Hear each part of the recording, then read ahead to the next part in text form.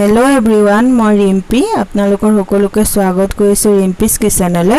আজি मैं बेसनर लाड्डू रेसिपी एटा লৈ আহিছো।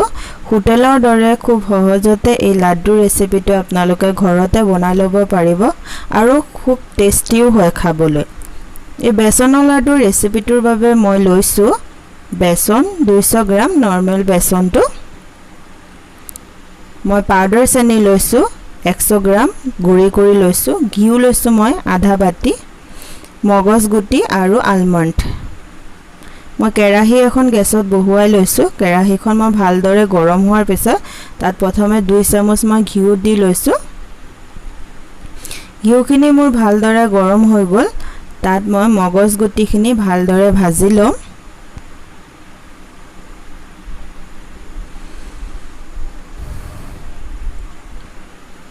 এইদৰে ভাজি লৈছো মই সকলোখিনি মগজ গুটি। একেখিনি ঘিউতে মই বেসনখিনি দি লৈছো। মই একেলগে গুটেখিনি ঘিউ দিয়া নাই, মই অলপ অলপকে দিম।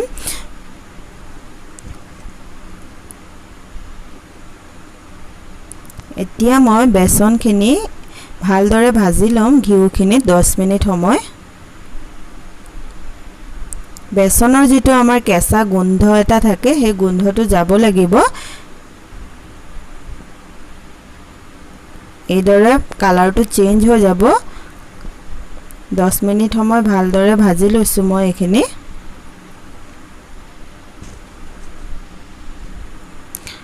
दस मिनिट হৈ যোৱাৰ পিছত তাত মই আকৌ 2 চামুচ ঘিউ দি লৈছো।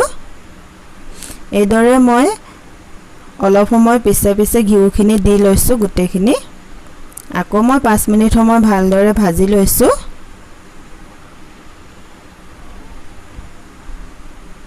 পাঁচ মিনিট পিছত কালাৰটো আৰু অলপ ডাঠ হৈ আহিছে। তাৰ পিছত মই আকৌ ঘিউখিনি দি লৈছো। দি মই আকৌ বেসনখিনি ভালদৰে ভাজি লৈছো।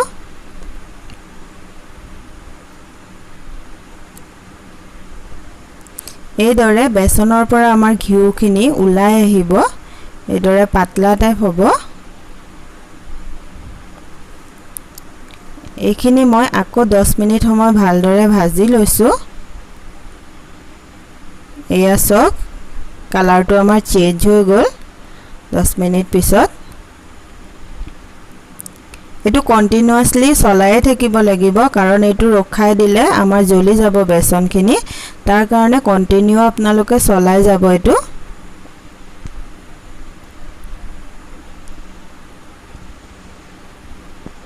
एटु पातला हले टेंशन नलब। एटु पिছত ठंडा हले डाठ हो जाब। प्रथमे एदरे पातला एटापे हबो। एया মই সকলোখিনি ভালদৰে ভাজি হোৱাৰ পিছত কাহি এখনত ঘিউ লগাই মই ঠাণ্ডা কৰি লৈছো।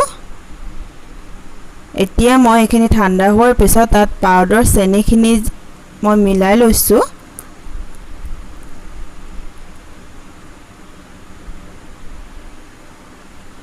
এইদৰে চেনিখিনি দিয়াৰ লগে লগে ডাঠ হৈ আহিছে।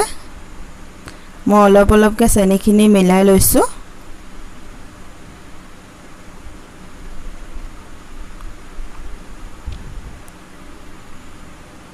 এতিয়া মই ভাজি ৰখা মগজ গুটিখিনি দি লৈছো।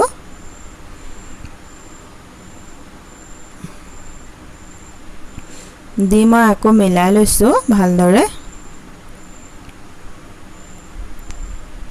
এয়া দেখিছেনে ডাঠ হৈ গৈছে কিদৰে চেনি পাউডাৰখিনি মিলোৱাৰ লগে লগে।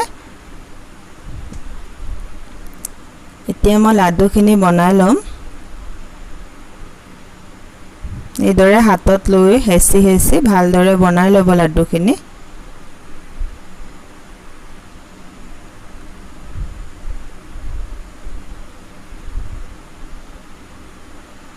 এইদৰে মই গোল গোলকে বনাই লৈছো সকলোখিনি লাড্ডু।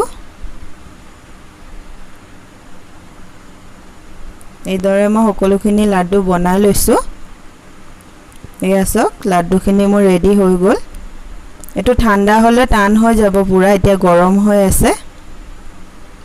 আপোনালোকে মোৰ প্লিজ ৰেচিপিটো লাইক কৰিব, শেয়াৰ কৰিব, চেনেলটো সাবস্ক্ৰাইব কৰিব।